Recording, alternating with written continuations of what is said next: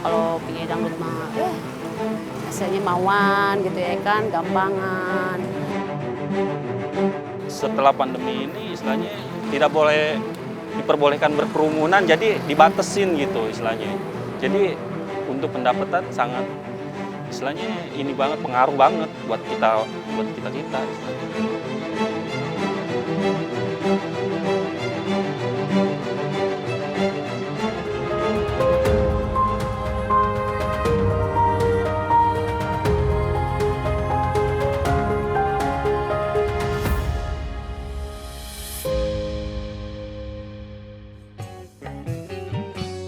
Celakalah manusia mengumpat lagi benci. Siapa yang tidak mengenal jenis musik dangdut?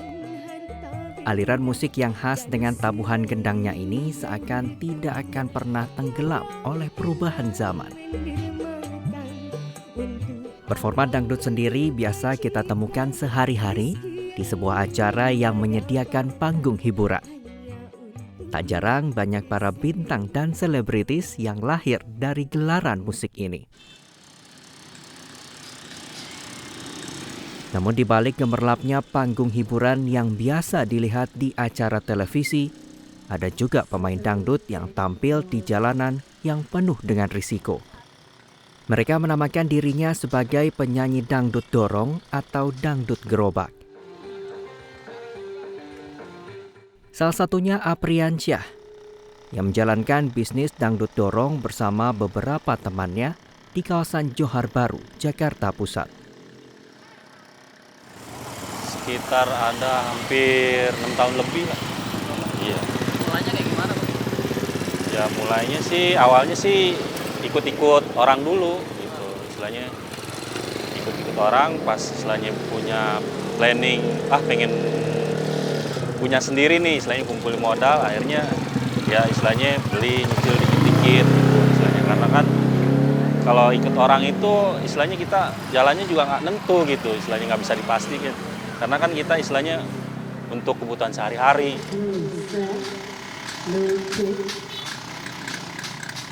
Di kawasan Johar Baru, terdapat beberapa warga yang juga menjadikan dangdut gerobak sebagai mata pencaharian utama. Beberapa di antaranya ada yang memiliki alat sendiri dan sebagian lain membayar sewa. Apriansyah sedikit lebih beruntung. Setelah lama bekerja di toko, ia mampu mengumpulkan modal untuk membeli unit dangdut dorong miliknya. Saat ini bersama teman-temannya, ia sudah memiliki 2 unit mesin dangdut dorong. Kalau diperkirain sih sekitar 10 jutaan. 10 jutaan buat satu ini. Satu unit ini. Jadi kan istilahnya namanya kita banyak kawan kan gitu ya, istilahnya kawan minta ngikut, akhirnya kan awalnya sih istilahnya satu unit begini istilahnya. Tapi kan kawan itu banyak yang ikut, karena kebanyakan ya kita bagi 2 gitu istilahnya. Ya kita bikin lagi istilahnya gerobaknya ini istilahnya.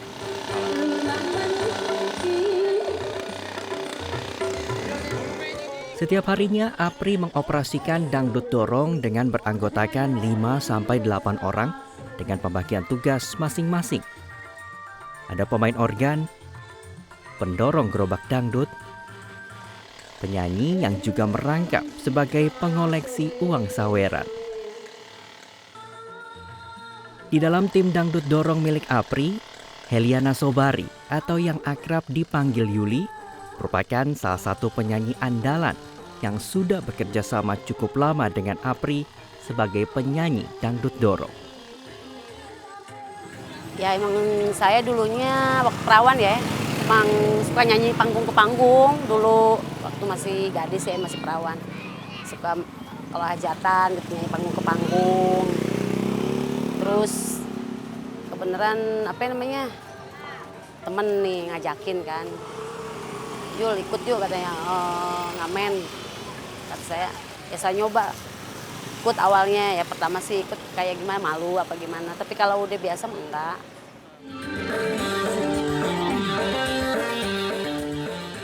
Menjadi seniman jalanan memang tidak semudah yang dibayangkan.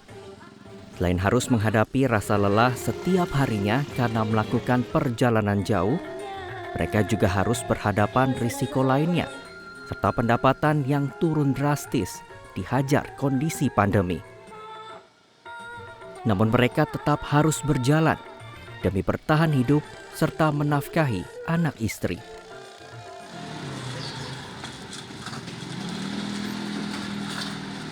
Setelah pandemi ini istilahnya tidak boleh diperbolehkan berkerumunan, jadi dibatasin gitu istilahnya.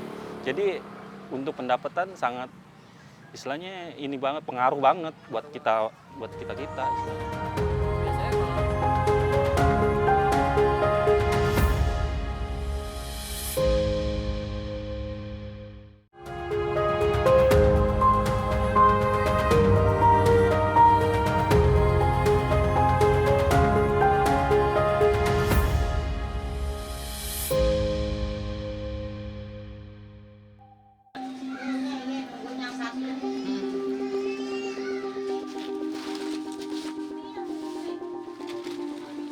Risiko yang cukup besar di jalanan awalnya membuat beberapa personel Dangdut Dorong APRI tidak mendapat dukungan dari pihak keluarga. Reynaldi misalnya. Istrinya kerap kali meminta Reynaldi untuk kembali ke pekerjaan lama karena lingkungan kerja yang mengkhawatirkan. Kita sih nggak didukung ya, tapi memang dasar keinginan kita pribadi sih gitu. Tetap suruhnya balik jadi montir lagi. Dulu kan sempat kerja di Ahas juga. kekhawatirannya apa kalau kerja ini? Kalau kerja gini khawatirnya ya terutama sih kayak semacam musibah, kejadian kayak bertemu orang mabok dan orang nggak bayar apa gimana gitu kan ya, terutama sih itu doang. Hal yang sama juga sempat dirasakan sang vokalis Yuli. Ketika memutuskan untuk turun menyanyi di jalan, Yuli juga awalnya harus berusaha keras meyakinkan suami agar diperbolehkan bernyanyi di Dangdut Dorong. Iya bang, kadang dia khawatir, kadang kalau mau jalannya nggak boleh, ya kan, Dede nggak boleh ngamen lagi, katanya. Di rumah aja. Kadang saya suka, ya ngapain di rumah juga bete, emang gua hobi nyanyi, profesi dari dulu, kecuali baru-baru bisa nyanyi, kali nggak tahu deh ya, kata saya gitu. Ya akhirnya suami ngizinin, udah deh terserah. Kadang kalau ini jangan pulang malam-malam, hati-hati, suka ngomong sama saya gitu. Setiap akan memulai aktivitas Dangdut Dorong, para personel Dangdut Dorong Apriansyah berkumpul di tempat tinggal APRI yang berlokasi di salah satu pemukiman padat kawasan Johar Baru, Jakarta Pusat. Di waktu menjelang sore, APRI dan operator dangdutnya sudah mulai mengeluarkan peralatannya yang disimpan di dalam gang yang cukup sempit. Sementara para penyanyi mulai merias diri agar dapat tampil sempurna di depan penonton.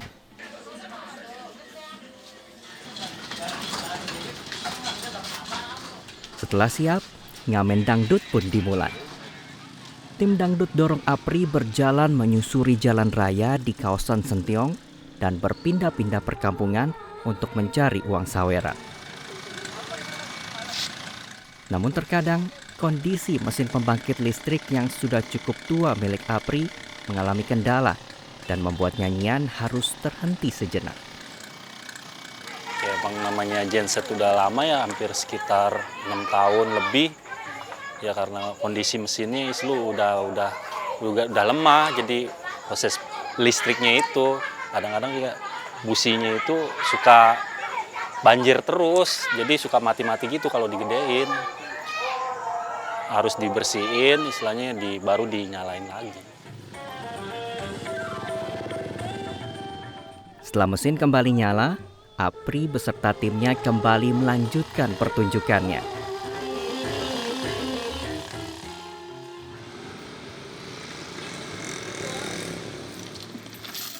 Setelah lama berkeliling kampung, penyanyi dangdut APRI memutuskan untuk beristirahat dan makan dengan menggunakan hasil uang ngamen yang didapat sore itu. Tak sengaja saat sedang makan, Rombongan dangdut APRI dipesan khusus oleh ibu-ibu yang kebetulan melihat dangdut dorong milik APRI.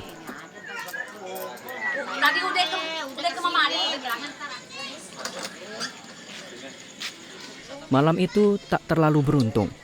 Dangdut dorong milik APRI hanya sedikit mendapatkan uang saweran karena perkampungan yang sepi dari aktivitas warga.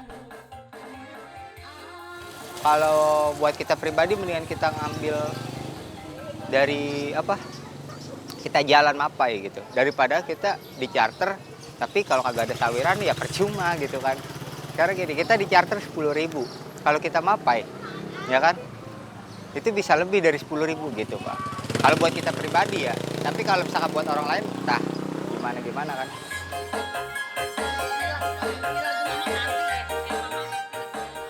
Di situasi normal dalam satu hari, tim dangdut APRI bisa mendapatkan 600 hingga 700 ribu perharinya jika cuaca dalam kondisi bagus. Namun era pandemi yang membuat aktivitas masyarakat di luar ruangan berkurang, menyebabkan pendapatan APRI dan kawan-kawan turun cukup jauh. Setelah pandemi ini istilahnya tidak boleh diperbolehkan berkerumunan, jadi dibatasin gitu istilahnya. Jadi untuk pendapatan sangat istilahnya ini banget, pengaruh banget buat kita istilahnya. Walaupun dilanda pendapatan yang tak tentu, mereka tidak memiliki banyak pilihan. Mereka tidak bisa hanya berdiam diri di era sulit saat ini karena masih ada kebutuhan pokok yang harus dipenuhi.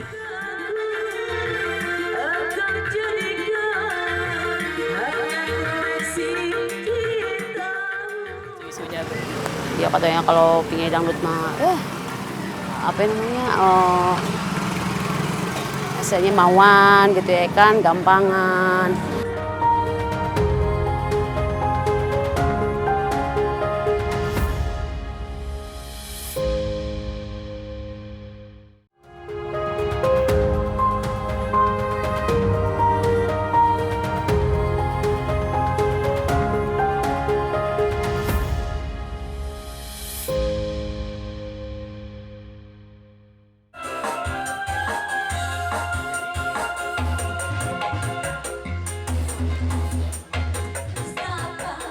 Penyanyi merupakan ujung tombak penentu penghasilan dari tiap tim dangdut jalanan.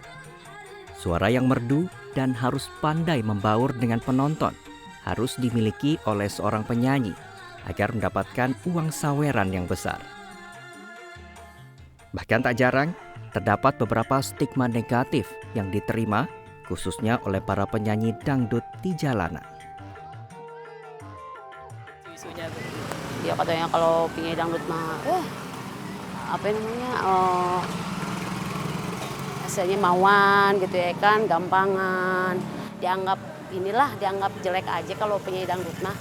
Tapi kan semua tergantung kita ya kan. Namanya juga kita emang niatnya kita nyari duit. Emang kita profesinya penyanyi, emang kita bisanya nyanyi ya kan, udah ada profesi masing-masing. Yuli tidak membantah bahwa sebagai profesi dangdut memiliki banyak sekali sisi gelap di belakangnya. Tak jarang banyak lelaki yang menggoda dirinya saat bernyanyi dangdut dorong. Banyak bang, misalkan gini kita lagi charter, suka, neng daripada ngamen, mendingan ini. Maaf bang, kata saya gitu ya kan. Saya kalau mau begitu mah ya banyak lah, orang kita emang niatnya bener. Ngapain ya kan, kalau kita mau misalkan kita mau berbuat nggak benar ngapain ikut ngamen, seperak dua perak ngolek ya kan. Momen yang paling dianggap rawan pelecehan bagi penyanyi dangdut keliling saat pentas adalah mencari saweran. Terlebih jika penontonnya saat itu dalam kondisi mabuk alkohol. Ya banyak lah ya, apalagi kalau udah pada mabuk, apa yang kan lain-lain orang, ada yang nyawer sopan, ada yang nyawer reseh ya kan, pegang kita apa gitu kan. Ya kita namanya kita emang berbalik lagi ke profesi kita ya, biarin aja lah ya kan gitu. Kan kita emang nyari duit kayak begitu, gimana Tapi kalau emang keterlaluan baru kita misalnya marah apa ngomong gitu, Bang jangan begitu Bang, yang were biasa aja. Jika penyanyi memiliki risiko rawan pelecehan secara seksual ketika tampil, berbeda dengan tim operator dari Dangdut Dorong. Rombongan Dangdut Dorong Rainaldi bahkan sempat menghadapi situasi yang ricuh akibat penonton yang tidak dapat mengendalikan diri. Pernah, terus sampai gerobak ditebalikin. Iya, pas lagi di Jatinegara. Sempat masuk polsek juga sih, tapi kita kan ibarat kata kita nggak salah kan. Ya kita minta bantuan sampai orang-orang sampai semua pada diudakin kan. Cewek-ceweknya dan yang lain gitu kan. Tapi yang kita bingung tuh di situ orang pada kagak ada yang mau ngebelain gitu. Malah dicuekin kitanya kan. Cerita besarnya risiko para seniman dangdut jalanan bahkan tidak hanya sampai di situ. Rekan satu profesi Apriansyah yang juga sebagai pedangdut dorong bahkan pernah hingga dikejar menggunakan senjata tajam. Oh itu yang teman saya. Teman. Istilahnya yang teman saya itu yang sampai ditebalikin, sampai diuber-uber sama pakai celurit, pakai parang. Sampai kayak gitu. Iya, Itu orangnya nggak cuma kondisi mabuk kan? kondisi mabuk. Saya juga sempat ini juga sih, sempat nyamperin lihat kondisinya. Kondisi yang paling umum terjadi bagi para pedangdut jalanan adalah diusir oleh warga yang merasa terganggu karena suara keras dari speaker. Namun bagi Apri dan teman-temannya, memilih untuk tidak memperpanjang masalah dengan turut emosi. Ya dikata-katain aja, istilahnya ngomong-ngomong kasar gitu, sampai mau dibilang mau dibakar lah istilahnya, mau dilaporin ke polisi lah istilahnya. Gitu. Nggak pernah ngelawan kayak gitu. Ya kita pikir kita ngelawan juga paling kita ya nyautin omongan yang ngomelin aja istilahnya. Tapi kan kalau kita sautin bukan tambah istilahnya reda, istilahnya malah perpanjang masalah gitu. Kita ngalah aja lah istilahnya buat kita nyari selamatnya aja gitu. Masih banyak cerita-cerita bahaya yang dihadapi oleh para seniman dangdut jalanan tersebut. Bermental baja, itulah hal yang dimiliki oleh para pedangdut jalanan ini yang tetap tidak kapok menjalani profesinya walau risiko tidak sebanding dengan pendapatannya.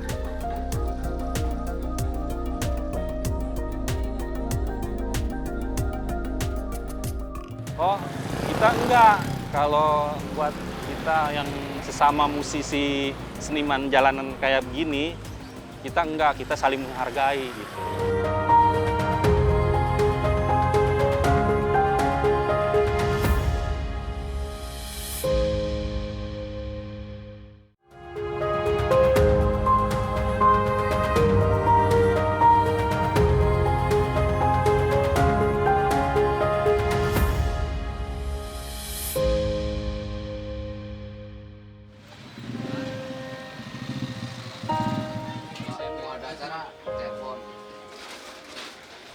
Saat ini seniman dangdut dorong cukup banyak ditemui di beberapa sudut kota Jakarta. Diperkirakan jumlah eksistensi seniman dangdut dorong juga terus bertambah. Ada etika yang harus dimiliki oleh antar sesama seniman dangdut jalanan untuk menghindari konflik. Oh, kita enggak. Kalau buat kita yang sesama musisi seniman jalanan kayak begini, kita enggak, kita saling menghargai gitu. Istilahnya kalau istilahnya udah kita ketemu, ya kita saling sapa, istilahnya ya udah istilahnya kita yang dia udah wilayah kita cari lagi yang lain gitu istilahnya. Enggak saling merebut rezeki orang gitu istilahnya. Kita saling menghargai di jalanan. Ya alhamdulillah istilahnya kita sesama musisi nggak pernah istilahnya ya saling mendahului lah istilahnya. Sebagai orang yang sudah bertahun-tahun menjalani profesi sebagai penyanyi dangdut dorong, Yuli merasa profesinya tidak dihargai. Tidak jarang kehadiran seniman dangdut dorong ini dianggap sebagai pengganggu. Hal itu terkadang dirasakan oleh Yuli ketika sedang ngamen. Saja kadang mah dalam hati kita kadang suka kesal ya kan. Dianggapnya jadi kita tuh kalau apalagi kayak gini Bang, bener loh Bang, kalau ngamen gerobak gini dianggapnya kita tuh kayak hina melulu gitu, kayak disepelein. Padahal mah ya kita mah bukannya nggak bisa istilahnya nyari duit yang nggak halal bagaimana, tapi kan kita emang jalannya emang bener ya kan, halal. Adanya pandemi juga membuat operasi seniman dangdut dorong menjadi terbatas. Reynaldi berharap pemerintah bisa memberikan kelonggaran bagi para seniman di jalanan untuk bisa beraktivitas. Kalau buat masalah melihat kita kurang tahu paham gitu kan. Tapi kalau menurut kita sih cobalah seenggaknya pemerintah tolong lihat gitu kan. Yang orang di bawah itu tuh sedang menderita, bukannya. Memang semua di Indonesia ini menderita, tapi seenggaknya jangan berpikiran kita yang orang benar-benar direndahkan, ya gimana ya, ngerasa terkekang banget gitu. Kita kan seniman jalanan, kita mencari uang di jalanan. Hujan panas saya tetap kita hajar. Hal senada juga diucapkan oleh Apri. Apri menganggap saat ini pemerintah masih belum melihat kesulitan yang dihadapi oleh para seniman jalanan. Apri berharap pemerintah mampu memberdayakan para seniman jalanan dengan memberikan lokasi tampil agar lebih tertata rapi. Berkembang lagi ke depannya, apalagi istilahnya pemerintah istilahnya lebih memperhatikan kalangan ke bawah istilahnya. Kalau menurut Bang Apri sendiri, pemerintah udah cukup memandang nggak sih? Enggak, belum. Eksistensi dangdut dorong ini? Belum. Sama sekali belum istilahnya.